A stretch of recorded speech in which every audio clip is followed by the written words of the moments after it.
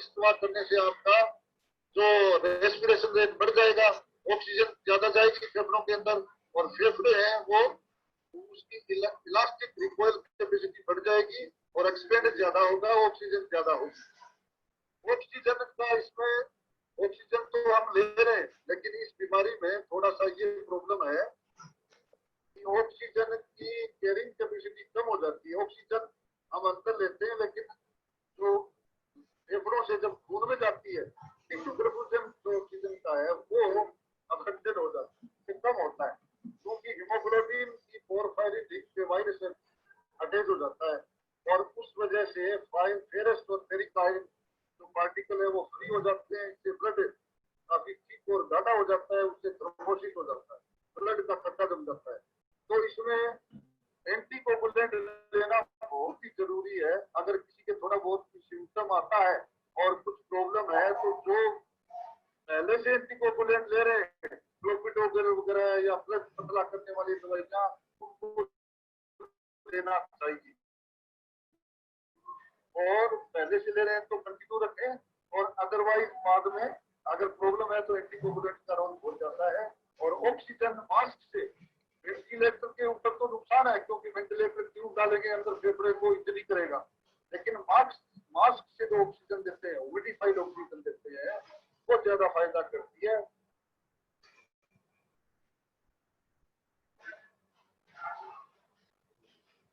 वो ऑक्सीजन कब लेंगे, जब हमारा जो 90 से कम हो जाए सेचुरेशन ऑक्सीजन का, वो हम इससे लाभ सकते हैं। ये जो आपको बताया था, तो पल्स ऑक्सीमीटर है, ये अपने साथ रखो। ये बहुत बढ़िया बात बताई के अग्रवाल साहब ने, मैंने भी इसलिए रखा हुआ था, ये बात मैं बताऊंगा। बाकी जो है करने की कोई बात नहीं है, इसमें कॉन्फिडेंस रखें, पॉजिटिव थिंकिंग रखें, और उसके हिसाब से आप प्रिकॉशन पूरा, जैसे आप अगर आप चाहते हैं तो social distancing and physical distancing, social distancing और फिजिकल डिस्टेंसिंग दोनों जरूरी है, नंबर 1। दूसरा, हैंड सैनिटाइजेशन, बीच बीच के अंदर हाथ को सफाई करना है, साबुन से करो, सैनिटाइजर से करो, क्योंकि कहीं अपना हाथ टच हो गया है और वो हाथ अपने मुंह में लगेगा, नाक पे लगेगा, तो इन्फेक्शन हो जाएगा। तो अगर आपका टच भी हो गया लेकिन हाथ साफ कर दिया तो फिर वो इन्फेक्शन से आप बच जाओगे। और अगर टच कहीं हाथ हो गया है लेकिन आप हाथ लगाओगे नहीं नाक के, मुंह के, तो आप बच जाओगे। इसके लिए मास्क भी है। मास्क के दो डबल यूज है।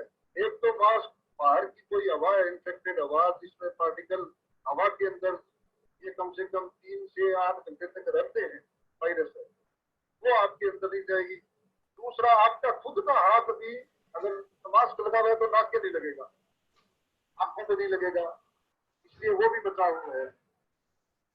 बाकी उसमें जो है सब बताइए रहे, सबको बताइए सोशल मीडिया में क्या क्या आप कर रहे हो। बाकी समय थोड़ा कम है, और उन्हें मैं धन्यवाद देना चाहूंगा कि ये बहुत अच्छा कार्यक्रम किया है और बड़ी अच्छी पहल है। इसके बहाने स्ट्रेस कम हो जाता है और इम्यूनिटी बूस्ट हो जाती है। धन्यवाद। थैंक यू डॉक्टर साहब। डॉक्टर साहब, मैं इनवाइट करूंगा हिज एक्सीलेंसी मिस ग्रेस को। Miss Grace, kindly address the gathering. Miss Grace. Madam ने ऑडियो में लिख पा रहा, उन्होंने मैसेज दिया है, I would read out the message, please आप पढ़ दें। हां जी, there only we can put are in a meeting picture with या मेंशन पे लिखो मिस ग्रेस को। हां, his excellency our excellency is saying in Uganda we too are struggling with the same issues. The infection rate is going up because Uganda is landlocked and all our supplies are coming trucked by lorries and trailers. Their drivers have been the biggest cause of infection and they are spiking our cases. But government is trying to curb it, and so far the country has not recorded a single death. That is a great thing, excellency. Thank you, our Prime Minister, Honorable Prime Minister Modi, for having supported Uganda with the drugs to help them the treatment of the virus. Thank you very much. Thank you, Excellency, for being with us. Thank you, Gaurav ji. I also thank you very much. Dr. Aisa Sarwar, Dr. Bali,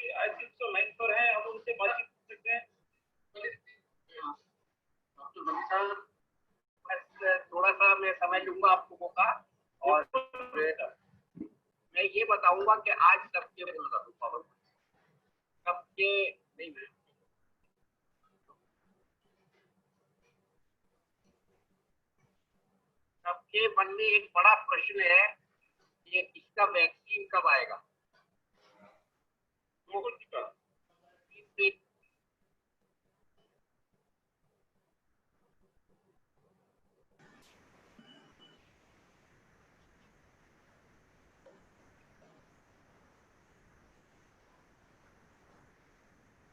welcome विकास जी। हाँ जी, welcome sir. इतने आप कुछ check करें, लोग आने शुरू हो गए हैं। स्वामी जी आ गए। बाबू जी नमस्कार। हाँ जी, नमस्कार जी।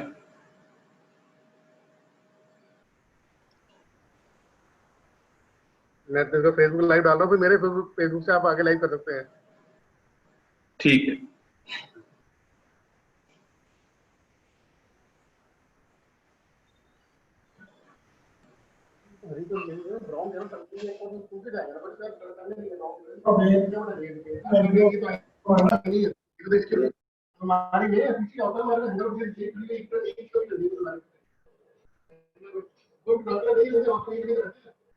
हरी तो रिफ्लेक्शन मार दी इसके ऊपर।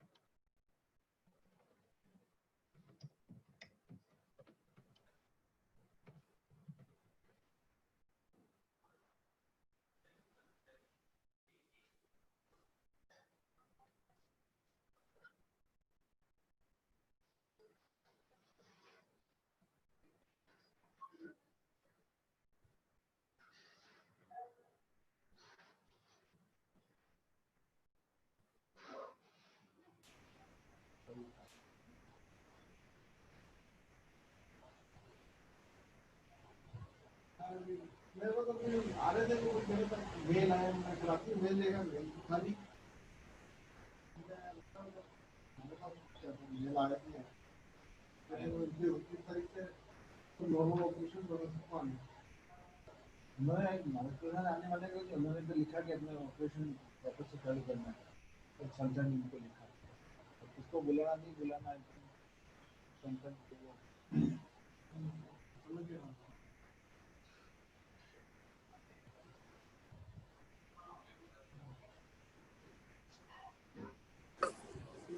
हर ऑर्गेनाइजेशन ने ऑलमोस्ट 50% कर दिया स्टाफ। एज वाले को तो सरकार खुद एसओपी के लिए मेंबर बनाओ, क्लियर लिखा है 65 से ऊपर को मिले तो इस आप ये तो मौका है इसका उसको फाइल निकालने। ये चालू हो गया नहीं बस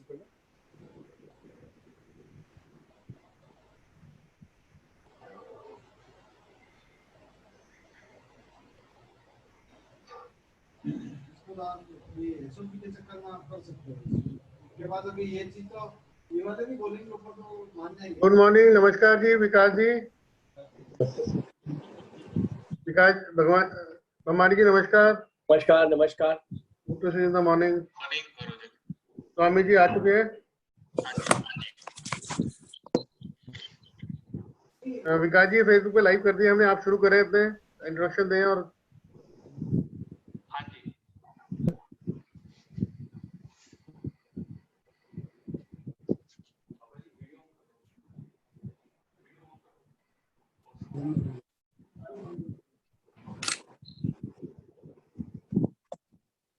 उसको उधर तो दिखाई दे गया। नमस्कार सर। नमस्कार बाबू जी, स्वागत जी। विकास जी, आप थोड़ा सा इंट्रोडक्शन दें सबको, जरा रूपरेखा।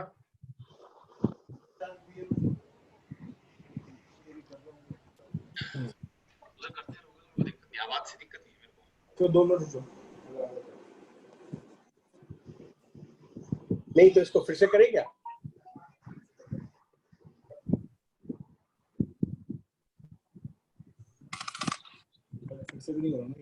आज के जूम सेशन में आप सबका स्वागत है। राजस्थान एकेडमी और HRA एसोसिएशन मिलके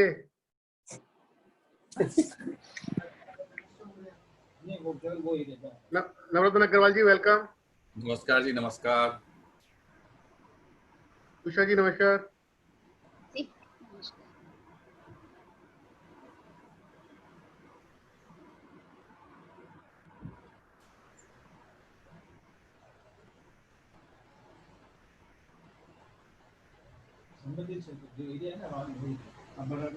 आज के स्वामी रूप किशन शर्मा जी, आपका परिचय विकास जी 2 मिनट में देंगे, लेकिन जो मैं आपसे पहले भी मिला हूं और काफी प्रभावित है।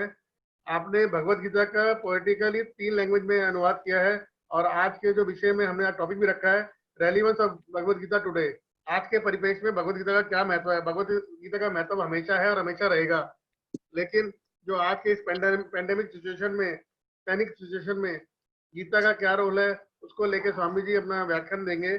और हमारे प्रबुद्ध स्पीकरों में श्री नवरत्न अग्रवाल जी, जो बीकानेर वाला के डायरेक्टर है, सही है, साथ में एक बहुत उलझे हुए और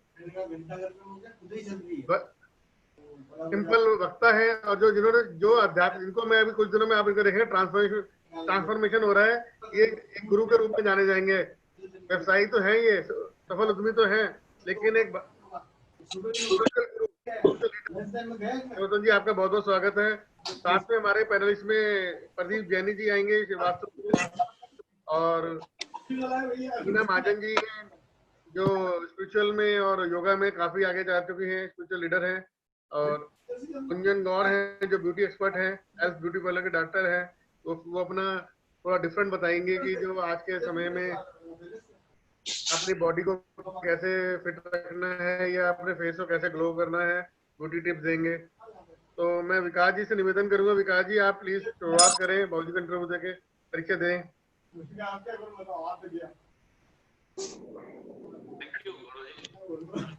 गुड मॉर्निंग जी, थोड़ा आवाज वॉल्यूम।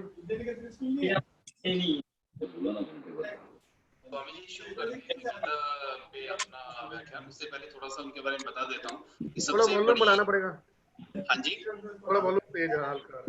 हाँ, तो सबसे इम्पोर्टेंट चीज है कि स्वामी जी ने श्रीमद् भगवत गीता का 3 भाषाओं में पोएटिकल अनुवाद किया है, और जिसके कारण से जो डेप्थ उन्हें प्राप्त हुई है श्रीमद् भगवत गीता में, वो असली चीज है, और उसी को मैं निवेदन करूंगा कि वो शेयर करें।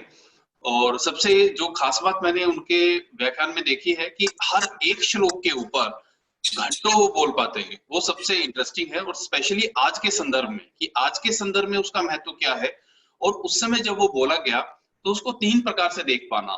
नंबर 1, वो एक्चुअल में जो कुछ भी हुआ वो क्या हो रहा था महाभारत में। दूसरा, वो क्यों कहा किशन ने और वही क्यों कहा अर्जुन को, और संजय ने उसको क्या समझा, वो आगे क्या बताया गया और कैसे समझा गया। तो उसके पीछे का जो बहुत बार पॉलिटिक्स भी था, वो सब भी जिस प्रकार से वो बता पाते हैं, वो सबसे अच्छा है। सो मैं स्वामी जी से निवेदन करूंगा कि आप कृपया हमें थोड़ा सा ज्ञान दें इसके बारे में। बहुत बहुत स्वागत है स्वामी जी। मशीन अगर नहीं मंगानी पड़ेगी, मतलब फिंगर है ये, तो फिंगर तो कर ही नहीं सकते, चलता है। थोड़ा वॉल्यूम बढ़ाना पड़ेगा स्वामी जी। अभी एक नई आई, मैंने भेजी परचेज में 6 लाख रुपए की है, उसमें गेटवे लगेगा। नहीं, ऑडियो बढ़ाना पड़ेगा। जैसे आपका हाजिरी हो जाएगी, ये आपका टेम्परेचर आ जाएगा। अच्छा, और टेम्परेचर अगर ज़्यादा है तो रेड क्रॉस हो जाएगा, आपके ग्रीन आएगा। हेलो, हाँ जी, आ गया आया आ गया। कैमरा, स्वागत है आपका स्वामी जी। टेम्परेचर भी रिकॉर्ड हो जाएगा। सबसे पहले मैं आप सभी को प्रणाम करते हुए आपका स्वागत करता हूं। अपने मन, प्राण, वायुमंडल को शुद्ध करने के लिए सबसे पहले ओम का उच्चारण करते हैं, जिसमें उ मैं ब्रह्मा विष्णु महेश सबका जिसके अंदर समागम है उनको प्रणाम करते हैं। गीता जी, इनको गीता जी क्यों कहते हैं? पहले बात तो ये आ जाती है। का अर्थ है गीत, और गीत का अर्थ है गायन। जब हम गायन करते हैं मन विभोर हो जाता है, हम उसमें बह चलते हैं, गीत हमें लपेट ले जाता है। जब हम उसमें विभोर हो जाते हैं, खो जाते हैं उसके अंदर, भगवान की पूजा में यही तो चाहिए, हम भगवान के अंदर खोए जाएं। इसलिए वेद व्यास जी ने गीता का निरूपण गीत रूप में किया है गीता जी का, इसलिए इनको श्रीमद् भगवत गीता जी कहा जाता है। आजकल तो लोग बाग संस्कृत को कम जानते हैं, इसलिए इस प्रवाह में नहीं बह पाते, इस जो गीत से उत्पन्न होता है, लेकिन इसको समझ तो पाते हैं। गीता जी एक एक चीज, गीता जी की एक एक चीज, एक एक श्लोक, हर अध्याय का एक एक श्लोक बड़ा यहाँ पर बड़ा सार गर्भित है। और श्लोक ही नहीं, श्लोक का एक एक जो शब्द है वो ज्ञान नगर है, ज्ञान नगर, जिसके अंदर गली हैं, मोहल्ले हैं, जिसके अंदर कण कण के अंदर ज्ञान भरा। पहला श्लोक, धर्म क्षेत्रे कुरुक्षेत्रे समवेता युयुत्सव माम का पांडवाश्चैव किम कुर्वत संजय। धर्म के क्षेत्र में कुरुक्षेत्र जो स्थापित है, वहां पर समवेता सम्मानित हुए, इकट्ठे हुए, और इकट्ठे होने के बाद धर्म क्षेत्र कुरुक्षेत्र समवेता युयुत्सव, युद्ध का उत्सव मनाने के लिए माम का मेरे पुत्रों ने और पांडव के पुत्रों ने किम कुर्वत संजय, हे संजय क्या कहा, क्या किया। जो पहले ही श्लोक का पहला ही शब्द धर्म क्षेत्र, लोग बाग समझते हैं कोई धर्म का क्षेत्र होगा, इतना समझ के आगे चल पड़ते हैं, लेकिन नहीं, ये एक विशाल ज्ञान नगर है। धर्म क्षेत्र, धर्म क्षेत्र वो क्षेत्र है जहां पर धर्म ही धर्म है। कैसे? जब आयु के तीसरे और चौथे आश्रम को पूर्ण करने के लिए वानप्रस्थ लेते थे, संन्यास लेते थे, हिमालय के तराई में और हिमालय के ऊपर चढ़ जाते थे, और वहां पर जाकर वहां पर तप करते थे, यज्ञ करते थे, वहां पर जाकर ध्यान में खो जाते थे, परम के दर्शन करते थे अपने अंदर ही। एक श्लोक है, ध्यानावस्थित तद्गतेन मनसा, ध्यान की अवस्था में वहां पर मन से पहुंच जाते थे उस ऊपर वाले के पास, यहां तक ध्यान में मग्न हो जाते थे, मनन करते थे, कीर्तन करते थे, पवित्र ज्ञान का आदान प्रदान होता था, यज्ञों की ऋचाएं गूंजती थी। इसके कारण लता वृक्ष बेल हर एक एक चीज पुष्प अभिमंत्रित हो गए, और उस अभिमंत्रण के कारण क्या हुआ, वो पुण्यमयी हो गए, और पुण्यमयी होने के कारण, मेरे इसमें फोटो नहीं आ रही, आपको सुनाई दे रहा है? हाँ आ रहा है जी, आ रहा है, चल रहा है। वो पुण्यमयी होने के कारण जो वहां पर लोग हैं वो एक एक कण पुण्यमयी हो गया। लोग बाग जो वहां रहते हैं, वहां पर कोई मृत्यु हो जाती है तो वहां पर गंगा जी में नहीं लेके जाते, वो पुण्यमयी जगह हो गई, अभिमंत्रित हो गई है। थोड़ा सा और ऊपर जाएं, पर्वतों की तरफ जाएं, वहां पर जो बर्फ गिरती है, बर्फ का एक एक कण अभिमंत्रित हो जाता था वहां पर। क्यों? यही तप, यज्ञ, ऋचाएं, ज्ञान, आदान प्रदान, यही सब कुछ चलता था। वही बर्फ जो पिघल कर गोमुख में से नीचे प्रवाहित होकर जाती थी, वो मोक्षदायिनी गंगा बन गई। इसलिए धर्म क्षेत्र ये वो क्षेत्र है जहां पर धर्म पुण्य ही है वहां पर, और इस क्षेत्र का चयन किया गया इसलिए जो भी कोई वीर गति को प्राप्त हो, दोनों तरफ की सेनाओं में से सीधे स्वर्ग की राह पकड़े, उसको सीधा स्वर्ग मिल जाए, इसलिए उसको इस क्षेत्र का चयन किया, धर्म क्षेत्र। अब कहने को तो कह देते हैं धर्म क्षेत्र, कोई होगा धर्म का क्षेत्र, एक एक यहाँ का अक्षर के अंदर ज्ञान भरा पड़ा है, इसके अंदर इतिहास छुपा हुआ है, ज्ञान का ज्ञान ज्ञान ज्ञान, इसमें सब कुछ ये परिपूर्ण है। और इस प्रकार से गीता जी के जो धर्म क्षेत्र का हमने शब्द का प्रयोग किया, कुरुक्षेत्र भी आ जाता है इस प्रकार। कुरुक्षेत्र में भी ऐसे ही इसके अंदर विशाल इसका बात देखने की आ जाती है। ये गीता जी मोक्षदायिनी तो है ही है, जो विश्वास करते हैं प्रभु में उनके लिए भी है, लेकिन जो विश्वास नहीं करते नास्तिक है उनके लिए कैसे है? उनके लिए सांसारिक पक्ष इसके अंदर जड़ा हुआ है कण कण में। कैसे? संजय से पूछते हैं महाराजा धृतराष्ट्र। कौन पूछता है? एक महाराजा पूछता है। किससे? संजय से। एक कनिष्ठ से, नौकर से पूछता है, राजा पूछता है। एक स्पष्ट संदेश है, जो बात नहीं आती हो संकोच नहीं करना चाहिए, अपने से निम्न से पूछ लेना चाहिए। संजय पूछते हैं, संजय से पूछते हैं महाराजा होकर संदेश कि अपने आप को बड़ा ना समझकर ज्ञान की बातें कहीं से भी पूछ लो।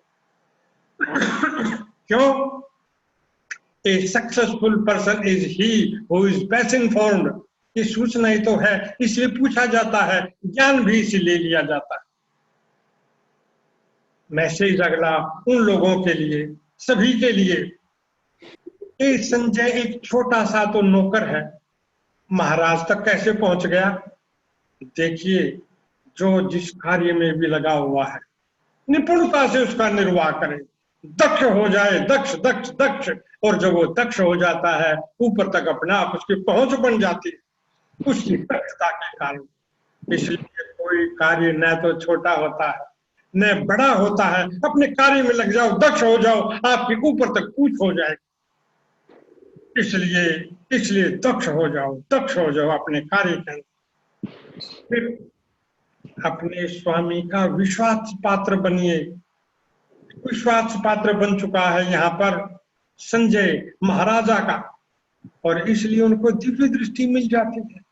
दिव्य दृष्टि, और जो वृत्तांत चलता है 18 अध्याय का, कृष्ण जी बोलते हैं अर्जुन के समक्ष जो ज्ञान की बातें अपनी आंखों से देखते हैं संजय, अपने कानों से श्रवण करते हैं। इस चीज के कारण क्योंकि वो उनके स्वामी को विश्वास पात्र थे। इसलिए आप जहां भी हैं अपने स्वामी के विश्वास पात्र हो जाइए, तरह तरह के आपको लाभ मिल जाएंगे। संजय देख वो चीज पाया अपने चक्षुओं से जो लोगों को दिखाई नहीं देती, और उसे साक्षात प्रभु को बोलते हुए देख लिया। इसलिए अपने स्वामी का विश्वास पात्र बनकर रहिए। अगली बात, जहां भी हैं बड़े स्रोत के साथ रहिए, चाहे शक्ति का स्रोत हो, चाहे राजनीति का हो। अब समय बेसमय महाराजा किससे मिलता रहता था संजय?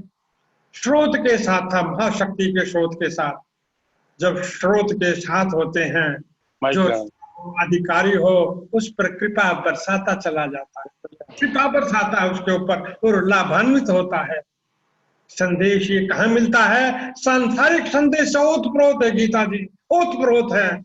इसलिए जो भी आपका सुपीरियर है, जो आपका बॉस है, कार्यालय में हो, कहीं भी हो, आप उसका एक तो विश्वास जीतिए और स्रोत के जुड़े हुए रहिए, पास। आपने देखा होगा एक पौधे की जड़ के पास एक टहनी फूटती है और विशाल बड़े तरीके से बड़ी जल्दी से विकसित होती चली जाती है, बड़ी हो जाती है बहुत जल्दी। क्यों? वो जड़ के समीप है, जहां पर स्रोत है भोजन का, वहां भी है। इसलिए अपने आप को स्थापित कीजिए बड़े स्रोत के साथ, आप उससे बड़े लाभान्वित हो जाएंगे। कितनी गहरी बात है। गहरी बाजी की बात गीता जी उन सभी के लिए दे रही हैं, जो चाहे आस्तिक हो चाहे वो नास्तिक हो। सांसारिक दृष्टि से भी गीता जी परिपूर्ण है। और जो सक्षम व्यक्ति होता है उससे मांग लेना चाहिए। गीता जी कह रहे हैं अब कि मांग लेते हैं उस विवरण जानने के लिए, युद्ध का विवरण जानने की कोई प्रक्रिया कैसी क्या हो। उनके मांगने पर उन्होंने दिव्य दृष्टि दे दी, दिव्य दृष्टि दे दी संजय को। इसलिए सक्षम व्यक्ति से मांग लेना चाहिए यदि वो जायज हो और वो सक्षम व्यक्ति अच्छे प्रकार का उदार हृदय कोई व्यक्ति हो। पहला श्लोक कितनी कितनी बातों से सारगर्भित निकला। आगे जब चलते हो, संजय जब उत्तर देते हैं महाराज को, दृष्ट्वा तो पांडवानिकम व्यूढ़म दुर्योधन सदा कार्योपसंगम में राजा वचनम प्रवीण। संजय कहते हैं जब दुर्योधन ने पांडवों की सेना को देखी, उनकी व्यूह रचना को देखा, अपने आचार्य के पास चला गया, गुरु द्रोणाचार्य के पास चला जाता है और उनके पास जाकर हे महाराज, हे राजा, हे कुरुश्रेष्ठ, संजय कहता है उसने ये वचन बोले। देखो, दृष्टवा तू, लेकिन देखकर पांडवानिकम, पांडवों की अनिकम सेना को, व्यूढ़म और व्यूह रचना को, दुर्योधन। जब भी कोई योद्धा होता है, शत्रु पक्ष का पहले आकलन करता है, कितना बल है, कितना सामर्थ्य है, क्या क्या साधन है। वही तो चीज दुर्योधन देख रहा है, एक एक चीज देख रहा है, नजर फिरा फिरा के देख पांडवों की सेना में। गीता जी एक संदेश देती हैं, जहां भी हो वहां का निरीक्षण पहले करो, सूक्ष्म निरीक्षण पहले, उससे आप अपने आप में जो कमी होगी उसको पूरा कर लेंगे। गीता जी में से संदेश फूट फूट कर निकल कर आ रहा है। पांडवों की सेना को जब देख रहे हैं, व्यूढ़ाम, व्यूह रचना, दुर्योधन देख रहा है कि इन पांडवों की तो मात्र 7 अक्षौणी सेना है और इनकी कितनी सुंदर व्यूह रचना है। इस रचना के अंदर 23 इसके अंदर सेनापति हैं, इसके अंदर 17 सेनापति तो अलग अलग देशों के महाराजा हैं, इसके अंदर 5 सेनापति 5 पांडव हैं, 22 और 23वां महाराजा द्रुपद का पुत्र धृष्टद्युम्न सेनापति है, महासेनापति है वो। 23 सेनापति हैं पांडवों की सेना के अंदर। धृष्टद्युम्न सैन्य विन्यास के अंदर निपुण है, सैन्य विन्यास के अंदर। और जब देखता है 7 अक्षौणी सेना इतनी सुंदर तरीके से सजाई हुई है, जो 11 अक्षौणी पर भारी पड़ती प्रतीत हो रही है, दुर्योधन का निश्चय, दुर्योधन का आत्मविश्वास डगमगा जाता है, डगमगा जाता है, किंग कर्तव्य मूड हो जाता है। क्यों? क्योंकि व्यूह रचना उस सेना की इस प्रकार है। कहा जाता है wars are fought in the war rooms। जहां पर अच्छा कौशल होगा, जहां पर इसका निर्णय होगा क्या हमने करना है, जब ये चीजें आ जाती हैं, समा जाती हैं, तभी उसकी एक निर्णय क्षमता बन जाती है। व्यूह रचना तभी उस प्रकार से होती है। ये रचना इस प्रकार से की गई, अश्वबल कहां पर हो, गज बल कहां पर हो, उनका सैन्य कहां पर हो, कौन सा योद्धा महारथी कहां पर हो, कुमुख की अलग से सप्लाई की जरूरत तो कैसे पहुंचाई जाए, किसकी रक्षा में कौन आगे आगे बढ़ के आ जाएगा, कितनी सुंदर व्यूह रचना दे दी गई है। किसके द्वारा? ये दी गई धृष्टद्युम्न के द्वारा। इसलिए जो व्यूह रचना होती है वो सार होती है, सार होती है। इसलिए जब आप किसी भी कार्य को करते हैं, शब्दों की भी व्यूह रचना होती है। किसी से आप जब बात करते हैं, गीता जी में से व्यूह रचना आती है, और व्यूह रचना शब्दों के ऊपर भी सांसारिक दृष्टि से भी इक्वली एप्लीकेबल हो जाती जब आप किसी से बात करते हैं, मैंने क्या कहना है, कब कहना है, कैसे कहना है, किस बात पर जोर देना है, किस बात को उठाना है, किस बात को मंदे लहजे में बोलना है, कब कहना है, कैसे कहना है, डिलीवरी कैसे करनी है, ये व्यूह रचना, शाप जी की व्यूह रचना, एक एक शब्द गीता जी का जो व्यूधाम है, कितनी कितनी जबरदस्त व्याख्या अपने आप में समेटे हुए है। गीता जी का एक एक अक्षर लाइट हाउस है, उसमें से प्रकाश का पुंज किरणें भी करती है, उसको समझने वाला चाहिए। एक ही में से कितनी कितनी बातें निकलती। और देखो, सेनापति महा बनाया गया किसको? धृष्टद्युम्न को। क्यों बनाया गया उसी को? उसको इसलिए बनाया गया, वो पारंगत है, अपने गुरु से देखता सीखता था सारा का सारा, और उसके बाद में उसका अध्ययन करता था, उसका एक्सपेरिमेंटेशन करता था, थिंकिंग करता था, उसको डेवलप करता था अलग अलग तरीके से। यूं नहीं गुरु से पूछ यार घर जाकर बैठे, नहीं, उस पर ध्यान देता था। इसके कारण क्या हुआ?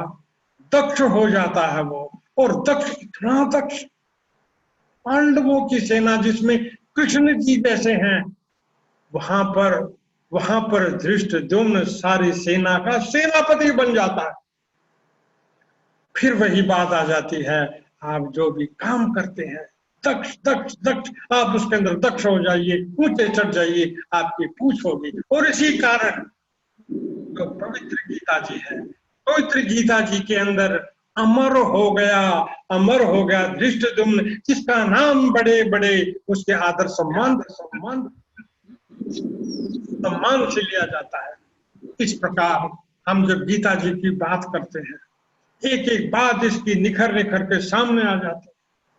और जब देखता है दुर्योधन कि इतनी विशाल सेना, उसको विशाल सेना लगती है पांडवों के सात अक्षौणी, वो अपने गुरु के पास चला जाता है तो उसके कई उद्देश्य जानने के, लेकिन जो विचलित हो जाता है इसलिए गुरु के पास जाता है। जब आप विचलित होते हैं स्रोत को ढूंढ लेना चाहिए, और यूं नहीं पहले तो आप किसी ज्ञानवान पुरुष को जानते नहीं और समय पड़ा तो आप उस व्यक्ति को ढूंढते नहीं। आपके संपर्क में कोई ज्ञानवान व्यक्ति रहना चाहिए, जिससे डे टू डे लाइफ के अंदर आप उससे, क्यों, ये जीवन तो पूरा कुरुक्षेत्र है, हम प्रत्येक अर्जुन हैं, हमें प्रत्येक को कृष्ण की जरूरत रहती है। कृष्ण तो आज है नहीं, इसलिए ज्ञानवान व्यक्ति का हमें प्राश्रय ले लेना चाहिए, उसको हमें त्याग लेना चाहिए। इसी प्रकार जो आज का कोरोना का माध्यम है, इसके दौरान में वही ज्ञान, जो ज्ञान हमें जहां से मिलता है, हमें उसको समेट लेना चाहिए। सरकार ने तो 2 महीने की ट्रेनिंग दे दी सबको लॉकडाउन के दौरान में, और तरह तरह के आपको बता दिया गया कि इसके अंदर गर्म पानी पियो, भाप लो, इसके अंदर वो काढ़े पियो जो यहाँ के जर्म्स को मार देते हैं, और इसके अंदर आप बाहर मत निकलो, नाक पे वो मास्क लगाए रखो। इस तरह तरह की बातें बता दी गई है। और मुझे तो विकास ने, वो ज्ञान आया ना, ज्ञान आया पूछने में कोई संकोच नहीं होना चाहिए। विकास वत्स ने एक बात बताई मुझे, कहते ना जो आंखें हैं ये 300 गुना रिसेप्टिव हैं वायरस के लिए। कितनी? 300 गुना। और आंखों का जो ऊपर का जो हिस्सा है ये विस्कस है, उसको चिपक जाती है, उसको वातावरण मिल जाता है, और वो इस नेजल डक्ट के रास्ते से मुंह के अंदर आ जाती है। इसलिए आंखों का भी विशेष और परम विशेष रूप से इसका ध्यान रखें। इन शब्दों के साथ मैं आपका धन्यवाद करता हुआ अपनी वाणी को विराम देता। सबको मेरा सादर प्रणाम। बहुत बहुत धन्यवाद गुरुजी, सबने आनंद लिया, और आपने जो आज के परिपेक्ष में भगवत गीता के बारे में विचार रखे, इसके हम बहुत बहुत आपके आभारी हैं। और विकास जी, हम सीरीज बनाएंगे, आप भी सबका व्यू देख के ना, हम सबको चाहेंगे कि गुरुजी का दोबारा भी समय मिले जो हम चला सके। बिल्कुल जी, कोई दिन और समय निश्चित करेंगे और बहुत अच्छा रहेगा।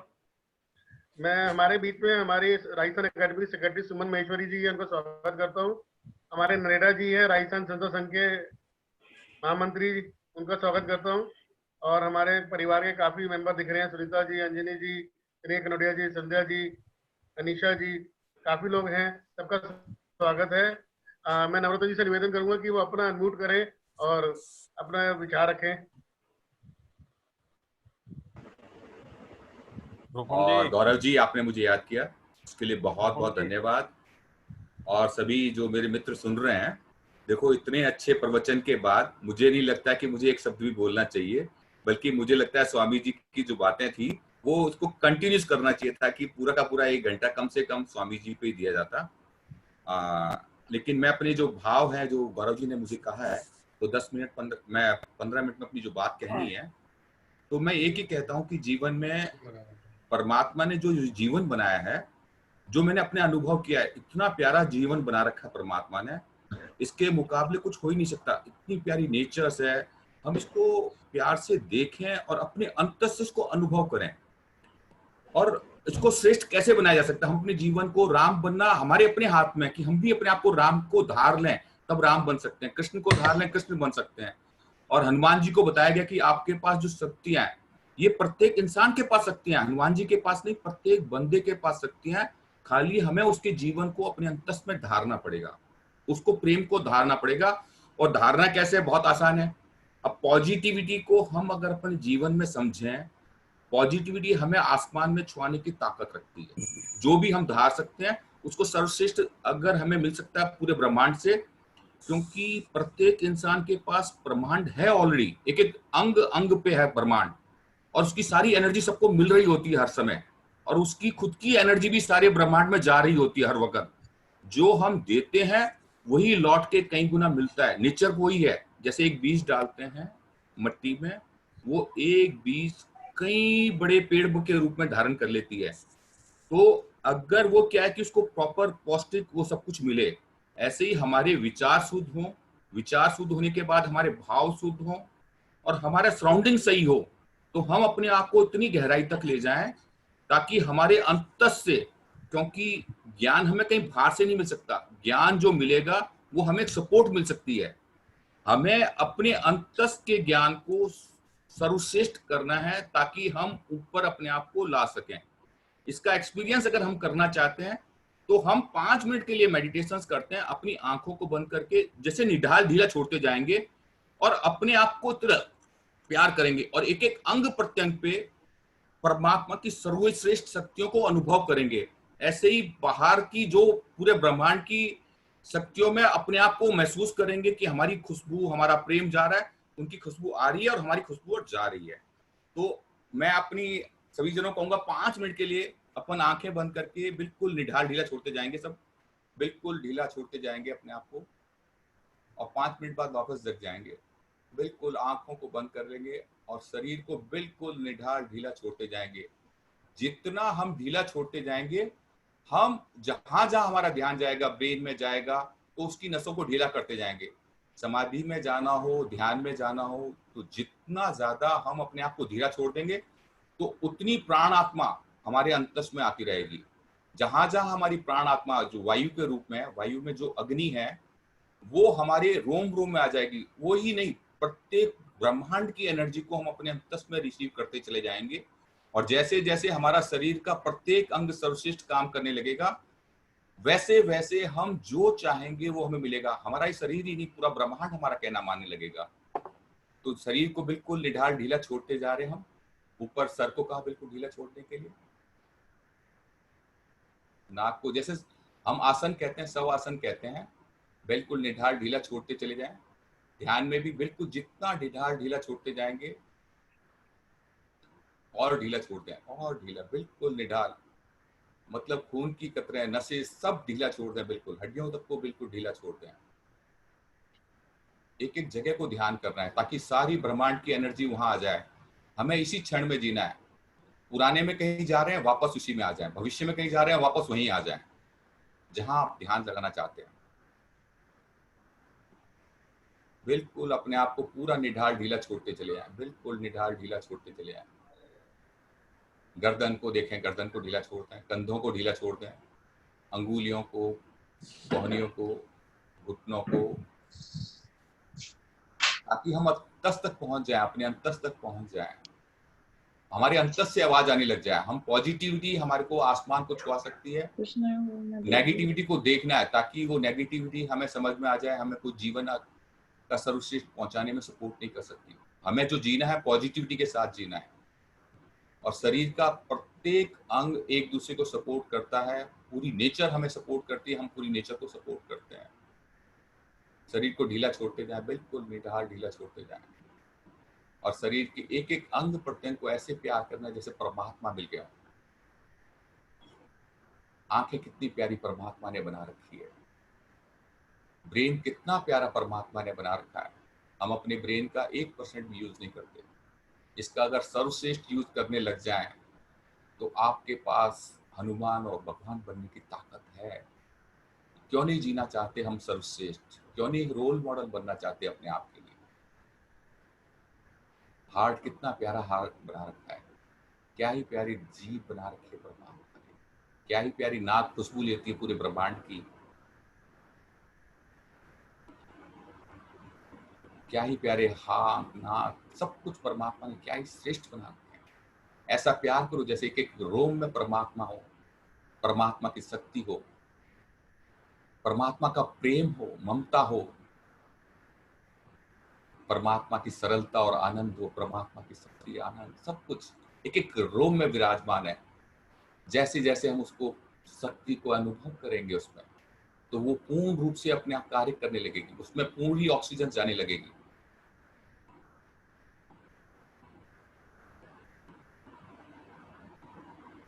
शरीर को बिल्कुल ढीला छोड़ते रहे, और ढीला, बिल्कुल ढीला निढाल ढीला छोड़ते हैं, बिल्कुल निढाल ढीला छोड़ते हैं, और ढीला और ढीला और ढीला और ढीला, बिल्कुल ढीला छोड़ते रहें, और एक एक अंग में पूरे ब्रह्मांड की एनर्जी को अनुभव करें, पूरे नेचर का सौंदर्य को अनुभव करें। आप सर्वश्रेष्ठ कर सकते हो, अपने अंतस की विश्वास करें, परमात्मा की अथाह शक्तियों को अनुभव करें अपने अंतस में।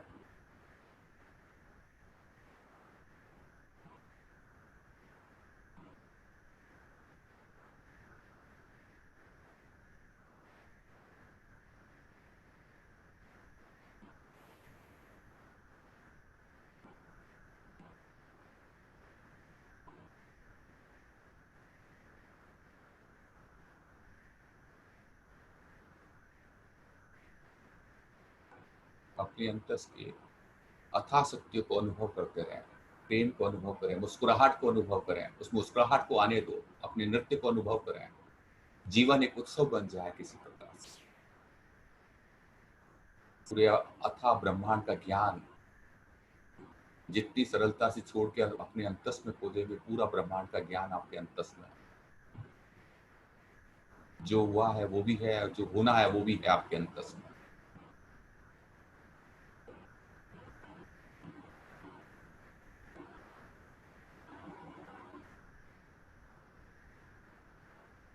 जैसे शरीर एक दूसरे की हेल्प करता है, ऐसे ही पूरी नेचर की आप हेल्प कर रहे हैं, पूरी नेचर आपकी हेल्प कर रही है।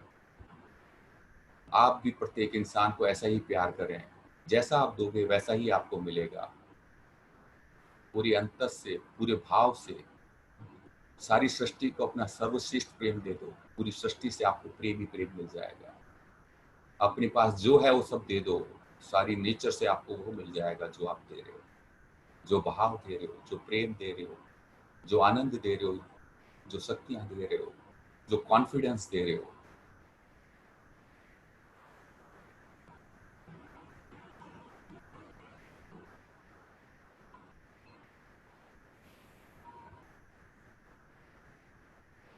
अपना सर्वश्रेष्ठ सबको दे दो। सारा सर्वश्रेष्ठ के बीज जैसे जैसे अपने अंतस में चले जाएंगे, गहराइयों तक पहुंचते जाएंगे, आपके पास सर्वश्रेष्ठ के बीज पेड़ लग जाएंगे, चारों तरफ पेड़ ही पेड़ लग जाएंगे।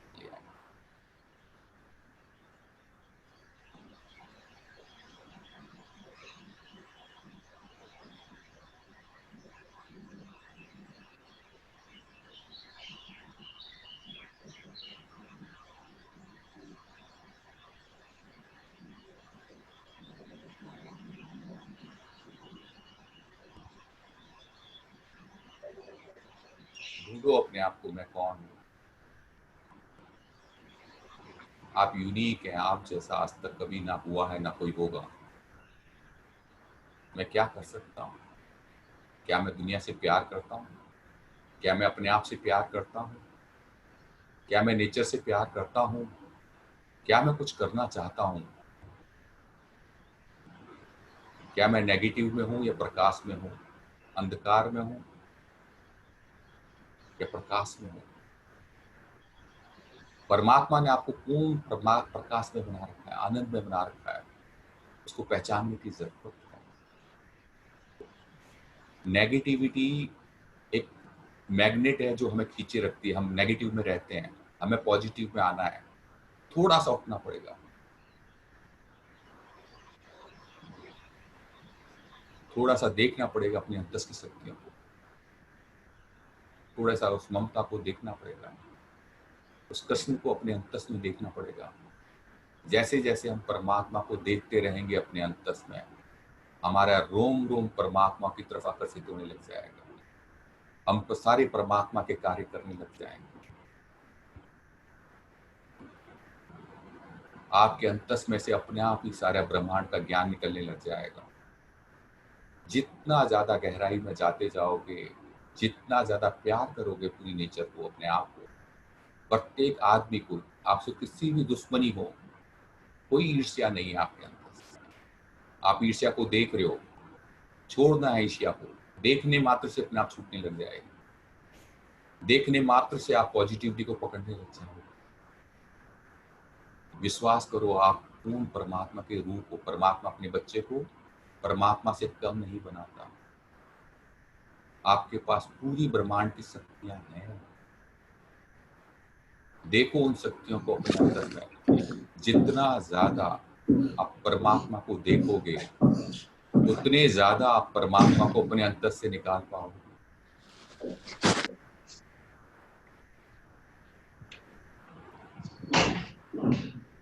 एक एक ब्रेन के वहां तक पहुंच जाओ जहां तक आप पहुंचे नहीं हो आज तक। आप अपने ब्रेन से लाखों गुना, करोड़ों गुना ज्यादा यूटिलाइज कर सकते हो अपने आप।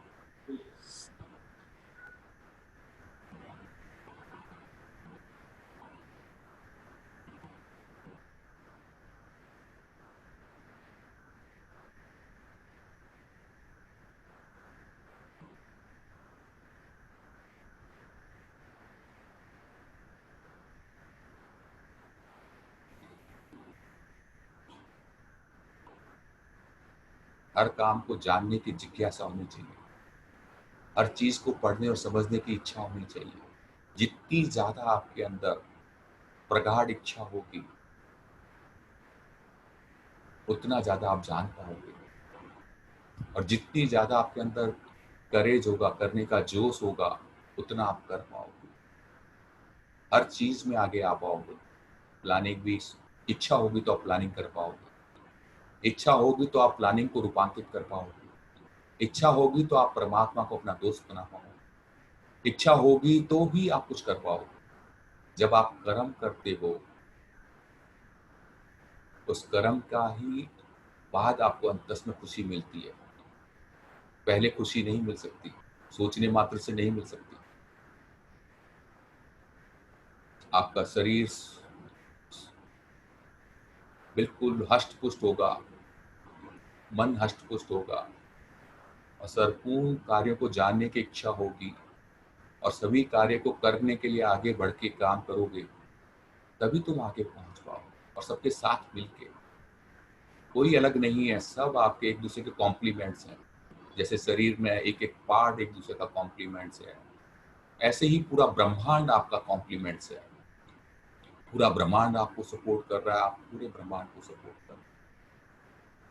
पूरा ब्रह्मांड आपको प्यार कर रहा है, आप पूरे ब्रह्मांड को प्यार कर रहे हैं। पूरा ब्रह्मांड आपको विश्वास दे रहा है, कॉन्फिडेंस दे रहा है, आप पूरे हुए ब्रह्मांड को कॉन्फिडेंस दे रहे हो। पूरा ब्रह्मांड आपको शक्तियां दे रहा है, आप पूरे ब्रह्मांड को शक्तियां दे रहे हो। आप कर सकते हो सब कुछ। लेकिन हम नेगेटिविटी में कहीं रुके हुए हैं। नेगेटिविटी नरक है, पॉजिटिविटी परमात्मा है, परम शक्तियां है, परम सब कुछ है। प्रत्येक पॉजिटिविटी को पकड़ लो जीवन में। एक एक रोम रोम से पॉजिटिविटी निकलने लग जाए, हम जीने लग जाएं, हम रोल मॉडल बन जाएं अपने आप के लिए, तभी आनंद आएगा।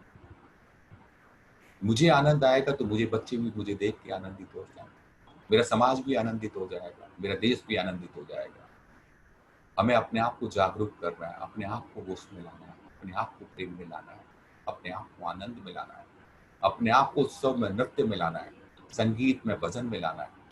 एक एक रोम नाचने लग जाए, एक एक रोम गाने लग जाए।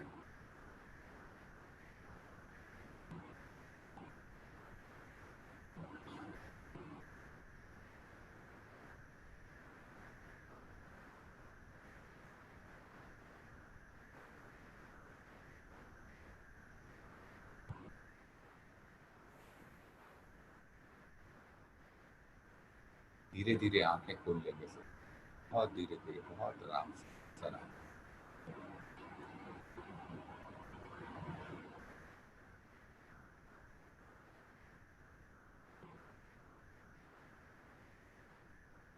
प्रणाम।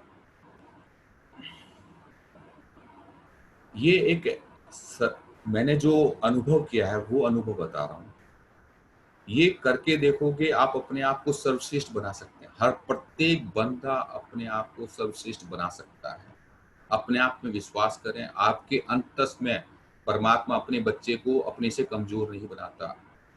वो चाहता है, अपनी सारी एनर्जी दे रखी है उसने, खाली हमें उस एनर्जी को जागृत करना है, अपने अंदर से अपने ब्रेन को जागृत करना है, अपने रोम रोम को जागृत करना है। ये बहुत लंबा टॉपिक है और मुझे लगा कि जो 10 मिनट मेरे को कहे थे 10 मिनट पूरे हो गए हैं। तो गौरव जी ने मुझे जो समय दिया और स्वामी जी से जो हमने सुना, बहुत अच्छा लगा। और आप लोगों ने मुझे जो प्यार से सुना उसके लिए बहुत बहुत धन्यवाद। और ये छोटी मोटी एनर्जी नहीं है, गारंटेड। इस एनर्जी को जब तक हम अपने अंतस में घंटों घंटों बैठ के अपने आप को निकालेंगे तो अपने आप को हम पूर्ण निकाल पाएंगे। अपने आप को नहीं, परमात्मा को अपने अंतर से निकाल पाएंगे। परमात्मा कहीं और नहीं, हमारे अंदर जीवांत है। कस्तूरी कहीं और नहीं, हमारे अंदर में है। हनुमान जी कहीं और नहीं, हमारे अंदर में ही है, हमारे रोम रोम में है। एक एक अणु, प्रत्येक अणु में है। पूरा ब्रह्मांड भी, पूरे ब्रह्मांड की एनर्जी हमारे रोम रोम में है। हम समुद्र के कहीं एक हिस्से हैं, या पूरे जो अवचेतन मन है, पूरी ब्रह्मांड की एनर्जी है।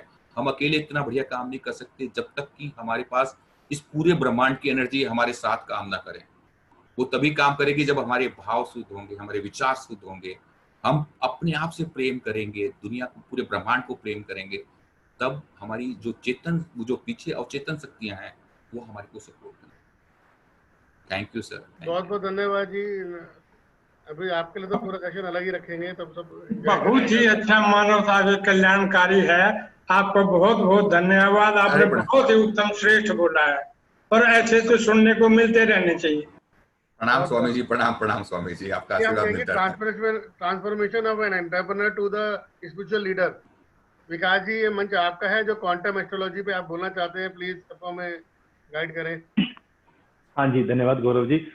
और नरोत्तम जी ने बहुत अच्छा बताया, क्योंकि बहुत बार हमें स्पिरिचुअलिटी से लेके ये सब सुनने को मिलता है कि क्या करना है और कैसे करना है, उसको बहुत कम लोग बहुत अच्छे से बता पाते हैं। तो सबसे अच्छा था। और मेरा भी जो भी मैं बोलना चाह रहा हूँ वो एनर्जी से रिलेटेड ही है, तो बहुत अच्छा मुझे लगता है एक सामंजस्य रहेगा। So I just want to tell you about my story of failure in astrology. Astrology में मैं कैसे फेल हुआ, तो बड़ा इंटरेस्टिंग सी कहानी है। तो आज से आई थिंक 32-35 साल पहले की बात है कि एस्ट्रोलॉजी में मेरा शुरुआत कैसे हुआ। तो स्कूल कॉलेज से छुट्टियां हो गई थी, मैं दादाजी के पास गए हुए थे। मेरे दादाजी संस्कृत के प्रकांड विद्वान रहे हैं, उन्होंने लगभग 60 साल संस्कृत पढ़ाई है। उनके ऊपर काफी स्टूडेंट्स ने संस्कृत में उनकी लाइफ के ऊपर पीएचडी भी किया है, और उन्होंने संस्कृत के श्लोकों में बुक्स लिखी है। उनकी किताबों को साहित्य अकादमी से 2 बार फर्स्ट प्राइज भी मिला है। तो उनके पास मैं गया हुआ था। लोग आते थे एस्ट्रोलॉजी का कुछ कुछ पूछने, वो कॉलेज में प्रिंसिपल थे, प्लस एस्ट्रोलॉजी में इंटरेस्ट था। फैमिली में मेरे लगभग 300 साल से एस्ट्रोलॉजी हम लोग कर रहे थे। तो लोग दादाजी के पास आते, कुछ कुछ पूछते थे और वो सब ठीक से बता देते। फॉर एग्जाम्पल, कोई आया, किसी ने पूछा कि साहब गाय खो गई है, 2 दिन से नहीं मिल रही। वो कहते कि उधर जाओ और पूर्व की तरफ राजपाल ने बांधी हुई है, उससे माफी मांग के ले आना, उसकी फसलें खा रही थी, झगड़ा मत करना। अब मैं हैरान हो जाता था कि ये किताब में देख के कैसे पता लग गया। तो मैंने कहा मुझे सिखाओ। और मेरा तात्पर्य यही था कि इसको गलत कैसे प्रूव करें, इसको सीखना शुरू करते हैं। अब समस्या ये हुई कि जितना जितना सीखते जाएं उतना उतना ठीक निकलता जाए। अब क्या किया जाए? फिर ये लगा कि इसको विज्ञान से रिलेट करते हैं, साइंस से रिलेट करते हैं। अब साइंस से अपने आप कुछ ना कुछ ऐसा निकलेगा, साइंस के फार्मूला से, कि ये अपने आप से पता लगेगा इसमें क्या कमी है, क्या क्यों गलत है। फिर धीरे धीरे पता लगा कि ये साइंस और रिलीजन अलग अलग हैं, ये कंसेप्ट ही पाश्चात्य है। ये तो वेस्टर्न वर्ल्ड की अवधारणा है कि चर्च वर्सेस रिलीजन, वो बिल्कुल अलग चीज है। हमारे यहाँ तो जो बड़े बड़े ऋषि मुनि हुए हैं वही साइंटिस्ट होते थे, वही गुरु होते थे। तो जो भी कोई आविष्कार हुए, बड़े बड़े ऋषि मुनि हुए, उन्होंने ही गुरुकुल में रह के पढ़ाया, वही राजाओं के बच्चों के भी गुरु होते थे और वही साइंटिस्ट होते थे, वही मंत्रों पर काम करते थे। तो हिंदुस्तान में तो वो भी नहीं चलेगा। फिर क्या किया जाए? फिर पता लगा कि विज्ञान में लेटेस्ट है क्वांटम फिजिक्स, क्वांटम मैकेनिक्स। तब सोचा कि ठीक है, 10,000 साल पहले इसके बारे में किसको पता होगा, इसको समझते हैं। क्योंकि क्वांटम क्या है, क्वांटम फिजिक्स या क्वांटम मैकेनिक्स क्या है? Quantum is the smallest particle of energy. अब हम बात करते हैं कि everything is made up of energy, सब कुछ एनर्जी से बना है। और अगर सब कुछ एनर्जी से बना है तो एनर्जी किससे बना है? तो एनर्जी छोटे छोटे एनर्जी के पैकेट से बना है, जिनको हम सबसे छोटे पैकेट को हम क्वांटम बोलते हैं। ऐसे ही लाइट जो है, लाइट भी एनर्जी से बना है, जो सूरज से रेज आती हैं, और उनके क्वांटम सबसे छोटा पैकेट जो है एनर्जी का, उसको हम फोटोन बोलते हैं। सो क्वांटम का मतलब है कि हाउ थिंग्स वर्क, कोई भी चीज क्यों काम करती है, कैसे काम करती है, यूनिवर्स कैसे काम करता है। तो वो फिजिक्स जो किसी भी चीज की सबसे बारीकी में जाती है, माइन्यूटेस्ट डिटेल में जाती है, कि उससे छोटा कुछ नहीं है। जब हम एटम को भी विभाजित करते हैं तो एनर्जी बनती है, और एनर्जी का भी सबसे छोटा पैकेट हुआ क्वांटम। तो उस लेवल पे जाएंगे तो कुछ ना कुछ निकलेगा। तो वहां पहुंचे तो एस्ट्रोलॉजी और क्वांटम को कैसे मैच किया और क्या रिजल्ट निकला, उसी को मैं थोड़ा सा बताना चाहता हूँ। तो समझ में आया कि एनर्जी के बारे में जब हम बात करते हैं तो 3 इंपॉर्टेंट लॉज समझ में आते हैं। सबसे पहले जो हम बोलते हैं law of conservation of energy, कि energy can neither be, everything made up of energy, energy can neither be created not be destroyed, and we can only change the form of energy. Energy को ना बना सकते हैं, ना नष्ट कर सकते हैं, केवल उसका रूप बदल सकते हैं। दूसरा जूल्स लॉ है, जिसको हम जूल्स लॉ बोलते हैं, या फिर हम काफी कुछ रिलेटेड है सेकंड लॉ ऑफ थर्मोडायनेमिक्स से। और फिर देखते हैं कि गीता जी में भी कुछ कुछ ऐसा ही मिल जाता है, जहां किशन जी बोलते हैं कि सब कुछ में मैं ही हूँ, मैं ना जन्म लेता हूँ ना मरता हूँ, और अलग अलग रूपों में आता हूँ। तो वो एनर्जी हो गए। तो God is the ultimate energy, source of energy and energy. हम भी एनर्जी से बने हैं। तो वो परमात्मा है तो हम आत्मा है। तो he is the biggest source of energy and we are some bite of that energy. ठीक है, यहां तक पहुंचते हैं। तो आगे अब एस्ट्रोलॉजी को कैसे रिलेट करते हैं इससे?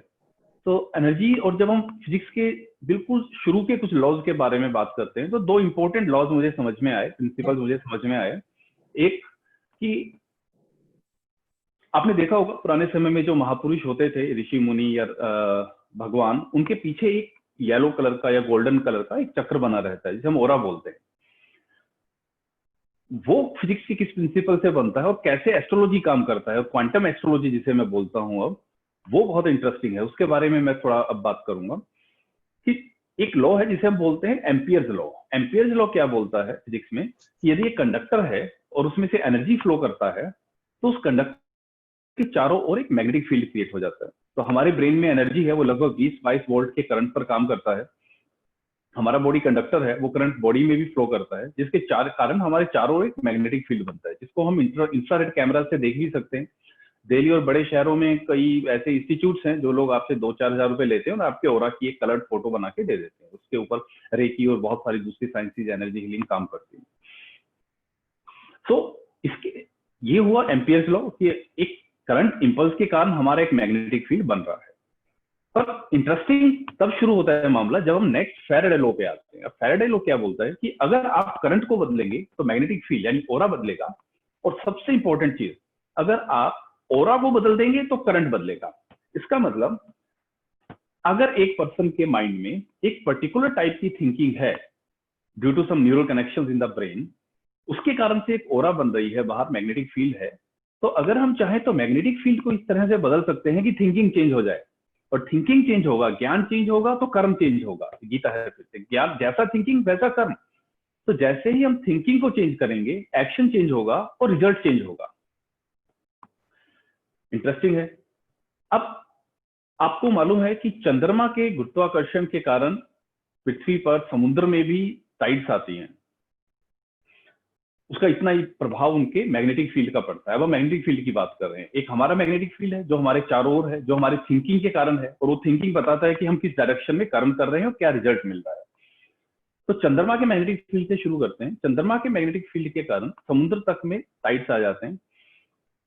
काफी कंट्रीज में, यूरोपियन कंट्रीज में, यूएस में, मेंटल असाइलम्स में पेशेंट्स को उनके मून के डिग्रीज के अकॉर्डिंग रखा जाता है। तो वो लोग असेस कर लेते हैं कि जब मून इतने से इतने डिग्री में होता है तो ये लोग वायलेंट हो जाते हैं या शांत रहते हैं, तो उनको उस हिसाब से रखा जाता है कि कब बाहर ले जाना है, कब उनको ज्यादा मेडिकेशन की जरूरत पड़ेगी, कब उनको साइलोज में अकेले रखना है, क्योंकि वो मून के मैग्नेटिक फील्ड का उनके मैग्नेटिक फील्ड पे इफेक्ट पड़ता है, जिससे उनकी थिंकिंग पे इफेक्ट पड़ता है और वो वायलेंट या शांत जो भी होना है होते हैं।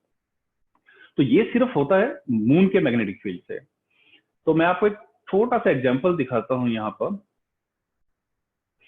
गौरव जी, प्रेजेंटेशन शेयरिंग आप ऑन करेंगे तो मैं कुछ दिखाना चाहूंगा। I want to share a presentation. Gaurav ji करिए। हाँ जी, मैं तब तक मैं कर रहा हूँ। हाँ जी, हाँ जी। सो ये मून के मैग्नेटिक फील्ड से हमारे थिंकिंग पर क्या इफेक्ट पड़ता है और मैग्नेटिक फील्ड पर। अब हम बाहर जब एस्ट्रोलॉजी पर हम आते हैं तो हाँ जी, थैंक यू सर। अब हम जब एस्ट्रोलॉजी पर आ जाते हैं तो ये जो है, ये है साइज मून का और अर्थ का। तो जो इतने से मून साहब हैं, इनका ये असर हमारे थिंकिंग पर पड़ता है, और इसका पता हमारे यहाँ था शुरू से। इसीलिए ग्रीक में भी जो लोगों का थिंकिंग में फर्क होता है या जो तो रैश ज्यादा होते हैं उन्हें लुनेटिक, इवन पागल लोगों को भी लुनेटिक बोल देते हैं। Luna is moon for Greek. तो ये चंद्रमा है, ये पृथ्वी है।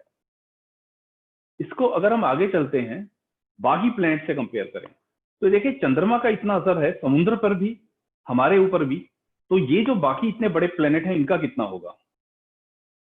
वीनस, शुक्र है, मार्स, मंगल है, मरकरी, बुध है। और इसके बाद देखें, ये अगर पृथ्वी है, अर्थ, तो जुपिटर और सैटर्न का देखें इनका कितना असर होगा। इसीलिए शनि से हम इतना डरते हैं, बहुत ज्यादा असर है इनका। अच्छा, जुपिटर की पोजीशन सोलर सिस्टम में ऐसी जगह है कि बाहर से आने वाले सब एस्ट्रॉइड्स और उल्काओं को ही रोकता है। अगर जुपिटर ना हो तो अर्थ 2 दिन भी ना चले, इतना उल्कापात हो कि वैसे ही खत्म हो जाए। तो जुपिटर के कारण ही हम बचे, और वही एस्ट्रोलॉजी में होता है कि जुपिटर हमें बचाते हैं, राइट। और अभी की बात करें एस्ट्रोलॉजी की, वहां धीरे धीरे पहुंचना चाह रहा था मैं, कि अभी भी सैटर्न के कारण ये कोरोना और जब शुरू हुआ है, तो मैंने अभी वो हम आ रहे हैं ना कि हर पहले कब कब कितने प्लेग फैले, क्या हुआ, तो उन सब के होरोस्कोप बना के मैंने स्टडी किया, तो वहां से बहुत अच्छे कॉम्बिनेशन निकले कुछ। तो ये तो बहुत अच्छा है कि इस समय सैटर्न के साथ जुपिटर भी चल रहे हैं, वरना तो समझिए कि आधी आबादी निकल लेती थी धरती से। सो वो एक्चुअल में भी वही पोजीशन है। एक नंबर और आगे चलते हैं, सन। अब आप सूर्य को देखें तो देखिए पृथ्वी कहाँ है और बाकी प्लेनेट कहाँ है, तो सूर्य का कितना इफेक्ट होगा हमारी मैग्नेटिक फील्ड पर। अब सूर्य सब ग्रहों का राजा है, उनकी वही एनर्जी का सोर्स है, उनकी एनर्जी से पूरा सोलर सिस्टम चलता है। और वही सूर्य का मैंने देखा जो कुछ भी एस्ट्रोलॉजी में बताया गया एग्जैक्टली वही है। राजा है तो ईगो है, आपका सूर्य खराब है तो क्या होगा, आप इगोइस्ट बनेंगे। वहां लिखा है कि राजा से नहीं बनेगी या बॉस से नहीं बनेगी, तो बॉस से बनेगी कैसे अगर आप इगोइस्ट हैं तो जो एक्चुअल में सोलर सिस्टम में आपकी पोजीशन है किसी भी प्लेनेट का, सेम एस्ट्रोलॉजी में है। चलिए, ये इंटरेस्टिंग था। उसके बाद हम आगे चलते हैं, ये हमारा सन है। अब आसपास जो दूसरे सन है उनके साइज देखिए,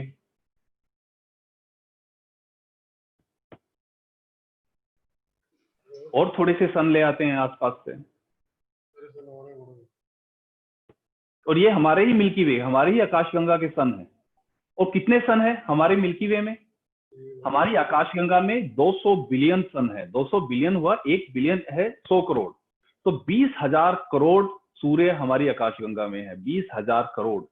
और लगभग 20,000 करोड़ ही अभी तक की नॉलेज के अनुसार आकाशगंगाएं हैं, और इन सब के मैग्नेटिक फील्ड का असर हमारे ऊपर होता है।